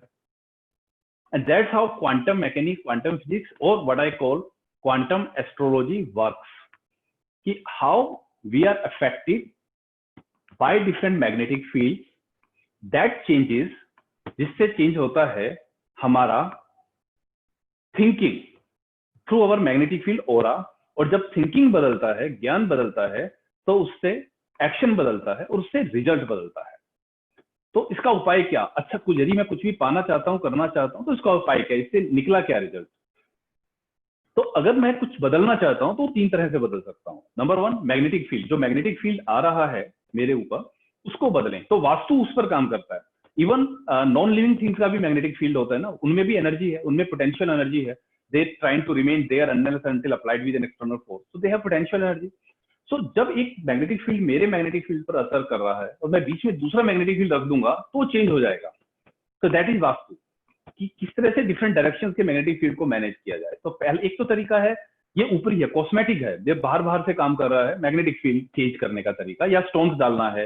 ये उन लोगों के लिए जो आलसी है, जो कहते हैं कि मैं रोज रोज कुछ कर नहीं सकता, अपने को बदल नहीं सकता, टाइम नहीं है, मेहनत नहीं कर सकता, मुझे ऐसा तरीका बता दो कि बैठे बैठे तो मैग्नेटिक फील्ड चेंज होने से उनका थिंकिंग चेंज होगा, एक्शन चेंज होगा और रिजल्ट बदल जाएगा। सेकंड है, आप थिंकिंग लेवल पे काम करें। ये डिफिकल्ट है पर ये लॉन्ग टर्म है, कि जब थिंकिंग बदलेगा तो ऑटोमेटिकली एक्शन बदलेगा और रिजल्ट बदलेगा। थर्ड है, आप कर्मा लेवल, एक्शन लेवल पर, कर्म लेवल पर काम करें और कर्म ठीक करें। तो अगर कोई एस्ट्रोलॉजिकली अगर किसी को बताया जाता है कि साहब आपके शनि का टाइम ठीक नहीं है और आपको एक्सीडेंट हो सकता है, तो ऐसा नहीं है शनिदेव सामने से ट्रक लेके आएंगे और उसकी गाड़ी में हिट करने वाले हैं। वो ऐसा थिंकिंग देंगे कि ये भाई तेज गाड़ी चलाएंगे। तो या तो आप थिंकिंग को बदलें, या मैग्नेटिक फील्ड को, या कर्म को। आप 3 लेवल पे काम कर सकते हैं, राइट। सो अब quantum, this is what I call quantum astrology. जब आप उसके माइन्यूटेस्ट डिटेल को समझते हैं कि काम कैसे करता है और फिर उससे फायदा उठाना चाहते हैं। अब इससे फायदा कैसे उठाना है, तो लास्ट जस्ट मैं थोड़ा सा बताऊंगा कि इससे फायदा कैसे उठाना है। तो फायदा उठाने का तरीका क्या है कि यूजुअली मैं एस्ट्रोलॉजी का कंसल्टिंग कम करता हूँ, मेरा रिसर्च में ज्यादा इंटरेस्ट है। और जैसे महामारियों के हॉरोस्कोप, शेयर मार्केट से रिलेटेड हॉरोस्कोप, जो अर्थक्वेक से रिलेटेड कब कब वर्ल्ड में आए उनको देखना, उसमें मेरा ज्यादा इंटरेस्ट है। सो मुझे जो समझ में आया कि फायदा कैसे उठा सकते हैं। Number 1, don't try to change your destiny. अब बहुत बार फ्रेंड या फैमिली जो कभी कुछ पूछ लेते हैं, उनसे वो बोलते हैं कि सब ये करना है, इस चीज का फैक्ट्री लगाना है, क्या करें? तो don't try to change your destiny. तो बेस्ट यूज एस्ट्रोलॉजी का है कि what destiny wants you to do. Destiny आपको क्या करवाना चाहती है, आप डायरेक्शन वो पकड़ लें, उसको बदलने का कोशिश ना करें। बहुत बार लोग तरह तरह के उपाय से उसको जो बदलने का कोशिश करते हैं, वो जब मैग्नेटिक फील्ड ऊपर बदलेंगे तो कोई उपाय काम नहीं आने वाला है। तो most important thing, follow your destiny, don't try to change it. So use astrology to understand and know your destiny. Second, ये मेरे को मेरे फ्रेंड्स ने बताया, जिनको कभी कुछ बताया था, तो किसी को बोला 2 साल 3 साल कुछ भी कर लो बिजनेस में, आपका कुछ होने वाला नहीं है, अपना पैसा मत लगाना वरना दिक्कत होगी, बाकी जो मर्जी करते रहो। तो कहते हैं कि साहब इससे पहले भी आपने जो बताया वैसा ही हुआ, तो अब आपने बोला 3 साल, तो उससे दिक्कत नहीं होती है। अब परेशानी है तो दिक्कत नहीं होती है, क्योंकि ये पता है कि ये 3 ही साल हैं, क्योंकि आपने बताया। तो सेकंड यूज क्या है, टाइमिंग, टाइम करना, कब क्या करना है, कब क्या नहीं करना है। अब साल में वर्षा 2 ही महीने होती है, तो यदि किसान ठीक समय पर उसके पहले का स्पेड वर्क, बीज बोना और वो सब काम ठीक समय पर कर ले, तो पूरे साल का अनाज हो जाता है। तो एस्ट्रोलॉजी का सेकंड बेस्ट यूज है टाइमिंग, कब क्या करना है, ठीक टाइम पर पीक करना। अब न्यूजीलैंड की टीम का होता था ना वर्ल्ड कप में, लीग मैच सारे जीतती थी और पहले नॉकआउट में बाहर, वो गलत टाइम पे पीक करती थी। पाकिस्तान उल्टा होता था, वो मुश्किल से अफ्रीका ने अर्जेंटीना को हराया या किसी और देश को हराया तो वो सेमीफाइनल में आएंगे पर वर्ल्ड कप जीत गए, राइट। तो ठीक टाइम पे पीक करना, this is the best use of astrology, right. So ये 2 बेस्ट यूज हैं जो मुझे समझ में आते हैं, किस तरह से हम क्वांटम एस्ट्रोलॉजी को अपने लिए कर्म के द्वारा यूज कर सकते हैं।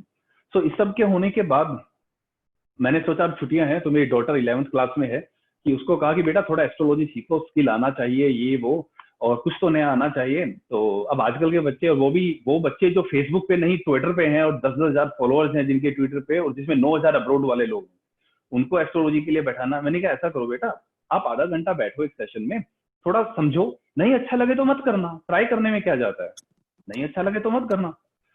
तो जैसे उनको थोड़ा थोड़ा बताना शुरू किया, 15 मिनट के बाद वो बोलती हैं, अब दिस इज प्योर मैथमेटिक्स, ये तो मैथ्स है। मैंने कहा यस, ये तो मैथ्स है। तो फिर उनका इंटरेस्ट क्रिएट हुआ, नाउ शी इज इनटू। मैंने कहा देखो रिसर्च के लिए आओ, रिसर्च पे ज्यादा ध्यान दो, और बाकी सब चीजें बात की हैं, वो तो अपने आप होता रहेगा। तो this I thought I will share with everybody that how I failed in astrology in proving it wrong. और आज तक मुझे 2 ही तरह के लोग मिले हैं, जो या तो एस्ट्रोलॉजी में बहुत बिलीव करते हैं या जिन्होंने पढ़ा नहीं है। और जो लोग कहते हैं मैं बिलीव नहीं करता हूँ, वो एक्चुअल में वो होते हैं जिन्होंने पढ़ा नहीं है और उसको जानते ही नहीं है, वो एक्चुअल में इग्नोरेंस स्टेज में है, राइट। तो उनको कहता हूँ आप भी मेरे वाला जर्नी लो, कुछ अच्छा सा पढ़ो और फिर मुझे बताओ क्यों गलत है। मैं 32 साल से जानना चाहता हूँ। Thank you everybody. धन्यवाद गौरव जी समय के। थैंक यू विकास जी। आज हमें दूसरे विकास जी को देखा है जो HRSC के और जो कॉर्पोरेट क्लासेस लेते हैं, उनको आज हमें दूसरे फेज में देखा है। पूरा सेशन स्पेस के बारे में, क्वांटम एस्ट्रोलॉजी के बारे में, जिससे लोगों को और पता लगे। It is very interesting sir. अभी मैं इसको हमारे जो दो है वो स्पीकर है, थोड़ा वो अटके पड़े, अभी वो ऑनलाइन ज्वाइन किया, दोबारा कोशिश करता हूँ। इतने में हमारे बीच में सुमन दीदी आप कुछ बोलना चाहेंगे? जरूर बोलना चाहेंगे गौरव भैया। सबसे पहले तो मैं बधाई देना चाहूंगी आज के इस प्यारे से सेशन के लिए। और आज का सेशन जैसे कि नाम है श्रीमद् भागवत गीता, तो मेरा ध्यान आज अटक रहा है गीता के ता पर। तो ता से कनेक्टेड ही मैं कुछ शब्द और विचार जो मेरे मन में आए वो आपके साथ शेयर करना चाहूंगी। करूं? जीवन जीने का तरीका सिखाती है गीता। जीवन जीने का तरीका सिखाती है गीता। स्वामी जी, गुरु जी हैं ज्ञान के प्रखंड ज्ञाता। ता पर ध्यान दीजिएगा। प्रेम पूर्वक सुन रहे ज्ञान के रसिक श्रोता और देने वाला परम पिता सबका दाता। कर्मों का फल तय करती भाग्य विधाता। वरदान रूप में मिले हमें माता पिता। संवेदनशील हृदय के गुण है निर्मलता, सहिष्णुता, सहभागिता, सहयोगिता। अपना सकते हैं वही जिनके भावों में हो गहनता। अब आइए गौरव जी, दो शब्द तो मैं आपके बारे में कहना चाहूंगी कि गौरव जी अपने को समझते हैं मात्र कार्यकर्ता। गौरव जी अपने को समझते हैं मात्र कार्यकर्ता। ऑर्गेनाइज करते हैं वेबिनार, विषयों में होती विविधता। सबको जोड़कर पा रहे हैं लोकप्रियता। तो ता पर ध्यान खिंचाते हुए आगे मैं नवरत्न जी पर आना चाहूंगी कि नवरत्न जी के विचार आप सबने सुने कि सत्कर्म करने में जीवन की है सार्थकता। पॉजिटिव को जीवन में दी उन्होंने प्राथमिकता। व्यवहार में हो स्नेह भरी सांसारिकता। व्यवहार में हो स्नेह भरी सांसारिकता। और उनके चेहरे की प्रसन्नता आप सब ने देखी कि चेहरे की प्रसन्नता कर रही वाणी की प्रत्यक्षता। अभी अभी आपने आमंत्रित किया विकास जी वत्स को, तो विकास जी आपकी बातें बहुत अच्छी लगी और आपको जानकर खुशी होगी मेरी बेटी भी एस्ट्रोलॉजर है और प्रभु कृपा से वो बहुत अच्छा कर रही है। उसके भावों में, उसके विचारों में और आपके विचारों में मैंने बहुत तालमेल देखा। तो विकास जी आपके लिए दो पंक्तियां समर्पित करना चाहूंगी कि विकास वत्स जी ने एस्ट्रोलॉजी की सुनाई असफलता। साइंस से जोड़कर कैसे पाई सफलता। वत्स विकास जी के विचारों में प्रगतिशीलता सृजित कर रहे एस्ट्रोलॉजी में नवीनता। तो जीवन जीने का तरीका सिखाती है गीता। आओ जीवन को बना ले सरस सरिता। श्रृंगार करें सद्गुणों को अपना कर गीता। ये है गीता। गीता के बारे में जो मन में इंस्टेंट विचार आए वो मैंने आपके साथ शेयर किए। धन्यवाद गौरव जी ये अवसर देने के लिए। आप सभी का पुनः अभिवादन। जैसे ATM मशीन होती है any time money, you are AT K any time kavita. Thank you. आशु कवि श्री। हाँ जी मल्होत्रा जी कुछ विचार आपके? हाँ आवाज आ रही है? हाँ बहुत बढ़िया। वो हिल गया, अब बंद हो गई। आ रही थी अनम्यूट करें, अभी आ रही थी पहले। आ रही है? आ गई। हाँ, आज का विषय है भगवत गीता। और भगवत गीता में पहला श्लोक है, धर्म क्षेत्र कुरुक्षेत्र संवैता जुस्वा वाम का पांडवा किम करवत संजय। धृतराष्ट्र संजय से पूछते हैं कि युद्ध की इच्छा वाले मेरे और पांडवों के पुत्रों ने कुरुक्षेत्र में क्या किया? क्या किया ये गीता का सार नहीं है। गीता का सार ये है कि युद्ध के मैदान में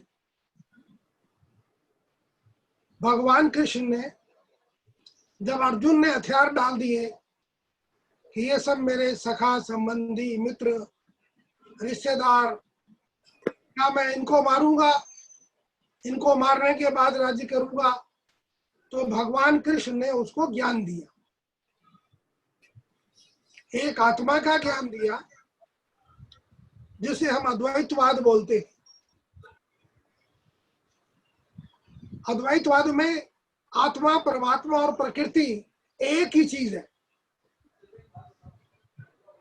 बाकी कुछ लोगों ने, ऋषि दयानंद ने त्रैतवाद का सिद्धांत दिया, पर प्रैक्टिकल रूप में जिसका नाम सनातन धर्म है, यह सनातन धर्म के मंदिर है, वो उसका अद्वैतवाद का प्रचार और प्रसार करते हैं। तो गीता में भगवान कृष्ण ने कहा कि ये जो शरीरधारी लोग हैं ये तो परिवर्तित होते रहेंगे। नैनम शस्त्राणी नैनन छिदंती शस्त्राणी नैनन दहती पावका।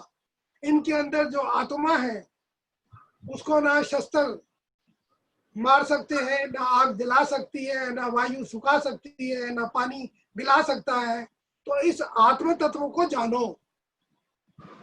इस आत्म तत्व के अलावा भगवान कृष्ण ने उसके 3 रास्ते बताए हैं, और 3 रास्तों में से जो आदमी जो रास्ता अपना ले उसी से उसको मोक्ष प्राप्त हो जाएगा।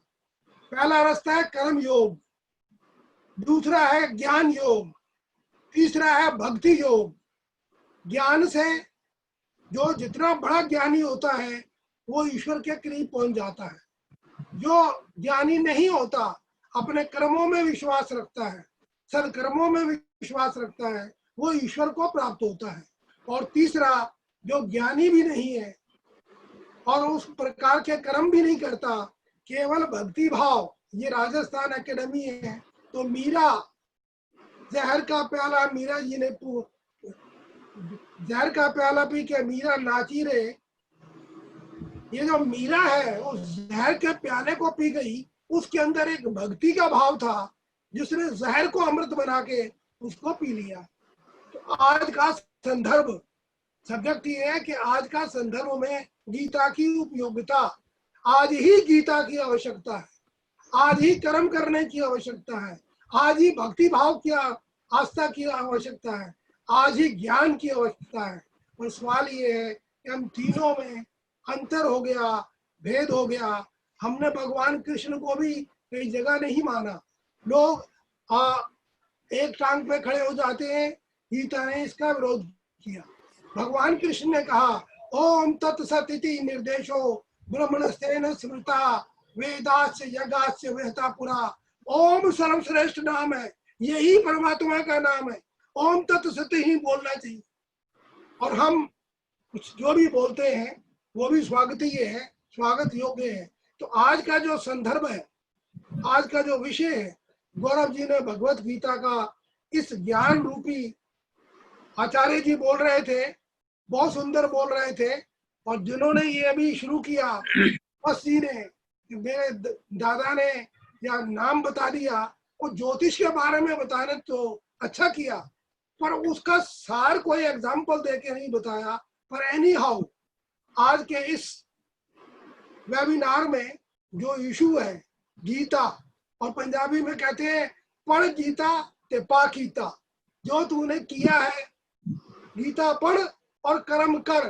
तो इस शब्दों के साथ मैं बहुत प्रभावित था रतन जी से, कि जो अपनी ये श्रद्धा निष्ठा पूर्वक इन्होंने अपने आप को प्रस्तुत किया और गौरव जी का तो आभार प्रदर्शित क्या करना, ये तो हमारे क्या कहते हैं, ये हमारे अपने अंग संग है। अब इनका धन्यवाद करना तो एक सम्मान पूर्वक बात है, और भगवान से प्रार्थना है कि लगे रहो, कर्म करते रहो, ज्ञान को बढ़ाते रहो, भक्ति भाव से आगे बढ़ो। धन्यवाद। Thank you Malhotra ji. कर्म प्रधान ईश्वरी रखा, जो जस करी तस फल चाखा। तो सभी आज देख रहा हूँ मैं, आज हमारे समागम में सभी गुरु है, सबको क्या सुनने को मिल रही है। चाहे मल्होत्रा जी हो जो हमारे एम्बेसी संघ सीधा गीता में आ गए, सुमन दीदी कविता से गीता में आ गई, नवरत्न जी तो अपने व्यवसाय से जो उनकी मिठाइयों में स्वाद है वो उन्होंने भक्ति में डाल दिया। गुरु जी है। और विकास जी मैं आपसे लेना चाहूंगा टाइम कि इसको हम दोबारा कंटिन्यू रखें, लोग कह रहे हैं कि चले। विकास जी आप हैं यहाँ पे तो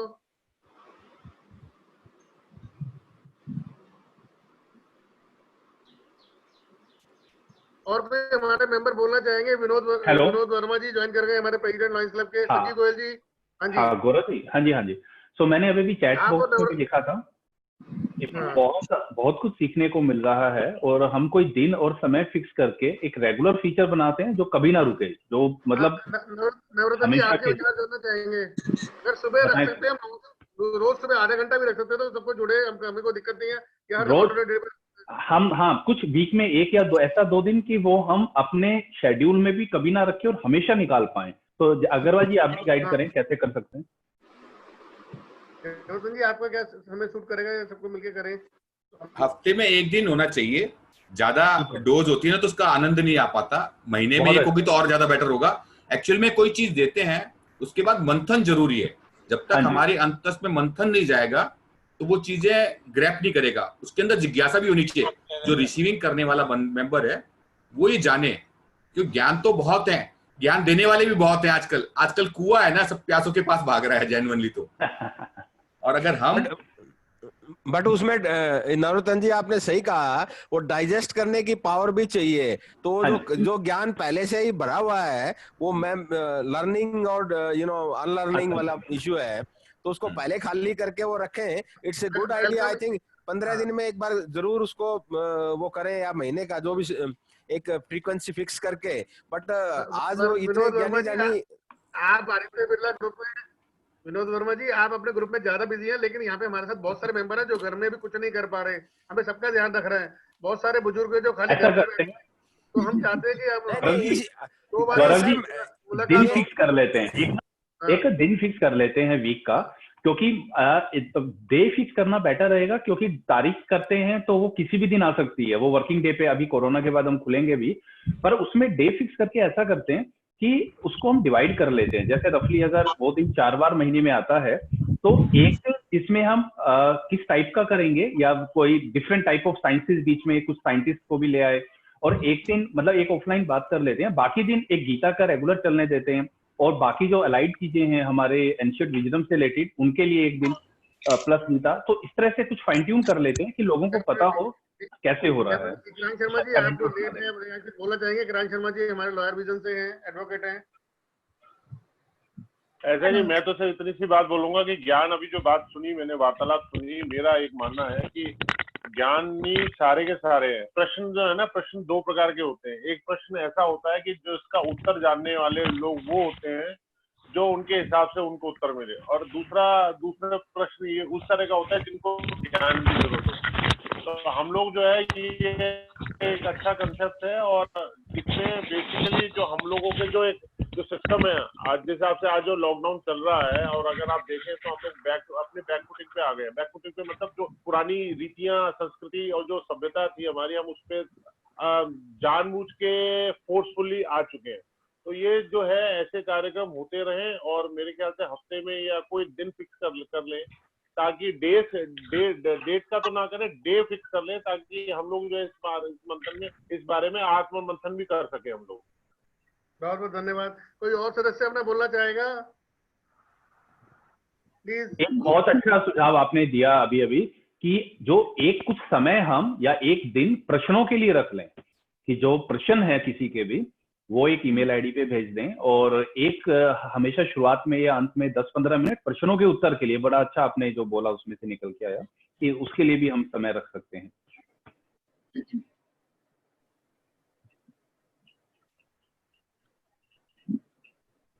सभी का धन्यवाद बहुत बहुत।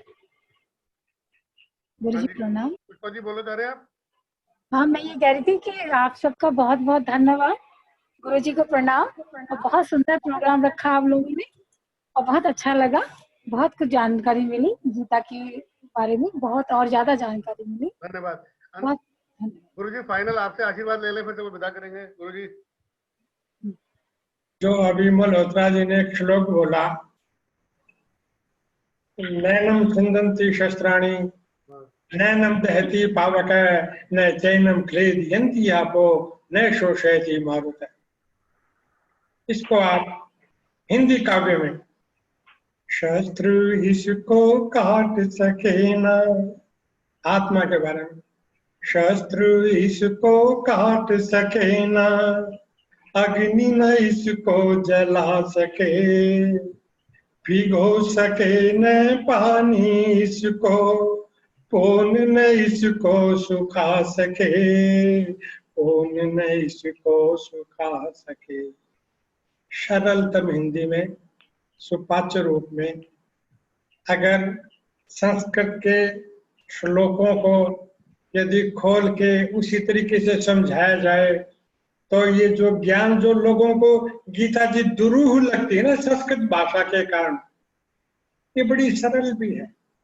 देखो मैं आपको बताता हूँ, पहला ही श्लोक था कि धर्म क्षेत्रे कुरुक्षेत्रे समवेता युयुत्सव माम का पांडवाश्चैव किम कुरुवत संजय।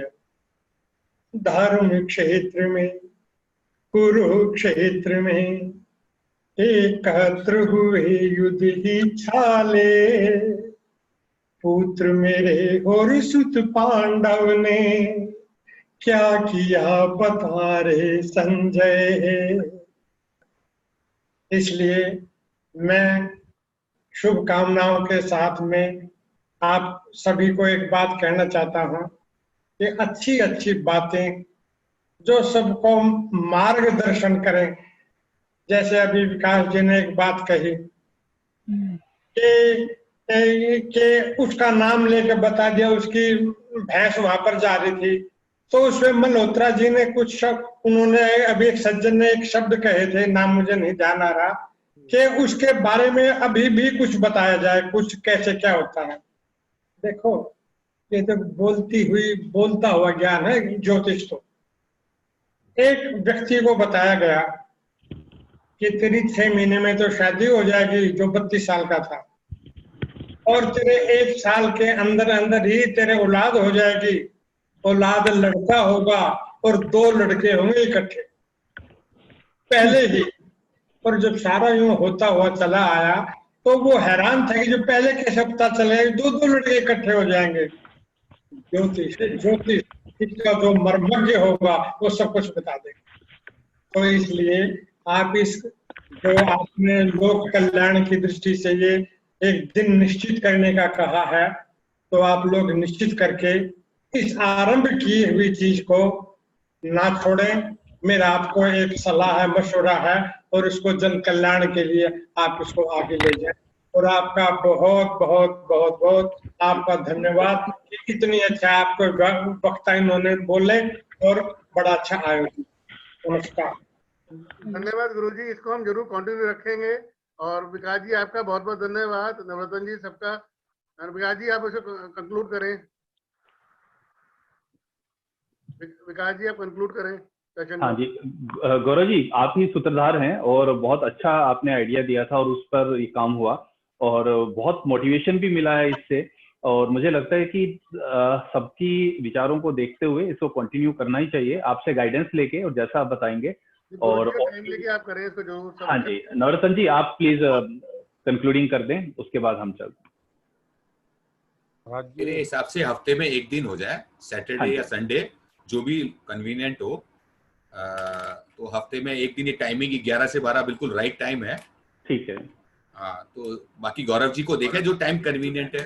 सबके हिसाब से करेंगे जी। एक्चुअली नेक्स्ट संडे तो इंटरनेशनल योगा डे आ रहा है, तो सैटरडे संडे को काफी सारी एक्टिविटी है, तो उस हिसाब से हम प्लान कर लेते हैं 11 से 12 को। हाँ, आगे के लिए सैटरडे अच्छा है। एस्ट्रोलॉजी के लिए भी शनिवार वाली चीज लंबी चलेगी, शनिवार ही रखिए। शनिचर जो धीरे चलता है। विकास जी हमारे को भी कुछ और टिप दीजिए, लगता है पेंडेमिक के टाइम में हम सब कुछ ऑस्ट्रेलिया सीख जाएंगे आज से। नहीं, बिल्कुल बिल्कुल शनिवार का रखते हैं, लंबा चलेगा। अच्छा देखिए, अभी ये यही मैं बता रहा था, वो साइंस वाली चीज ना, उसका नाम शनिचर जो धीरे चलता है। तो शनि एक राशि से दूसरी राशि में जाने में 2.5 साल लगाता है, वो इतना धीरे चलता है ना। सूरज तो 30 दिन में निकल जाता है। तो वो उस समय पता था 10,000 साल पहले कि ये धीरे चलता है, उसका नाम भी शनिचर रखा। वो आज साइंटिस्ट बोलते हैं 250 साल पहले साइंटिस्ट ने बताया। भाई हमने तो उसका नाम भी ऐसे ही रखा हुआ था।